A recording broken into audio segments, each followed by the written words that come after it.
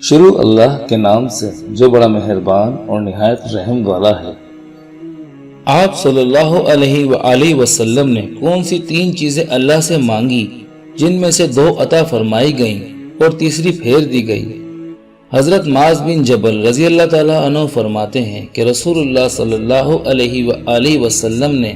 ایک روز طویل نماز پڑھائی۔ جب آپ صلی اللہ علیہ وآلہ وسلم نے سلام پھیرا تو صحابہ کرام رضوان اللہ تعالیٰ علیہم اجمعین نے عرض کیا، اے اللہ کے رسول صلی اللہ علیہ وآلہ وسلم، آپ نے آج نماز طویل کی۔ فرمایا، میں نے رغبت اور ڈر کی نماز ادا کی، اللہ تعالیٰ سے اپنی امت کے حق میں 3 چیزیں مانگی، 2 تو مجھے اللہ تعالیٰ نے عطا فرما دی اور تیسری پھیر دی۔ میں نے اللہ سے مانگا کہ سب پر کوئی غیر دشمن مسلط نہ ہو، اللہ تعالیٰ نے یہ عطا فرما دی،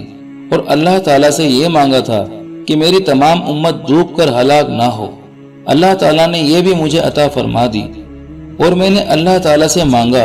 کہ یہ آپس میں نہ لڑیں، اللہ تعالیٰ نے میری یہ بات یعنی دعا پھیر دی۔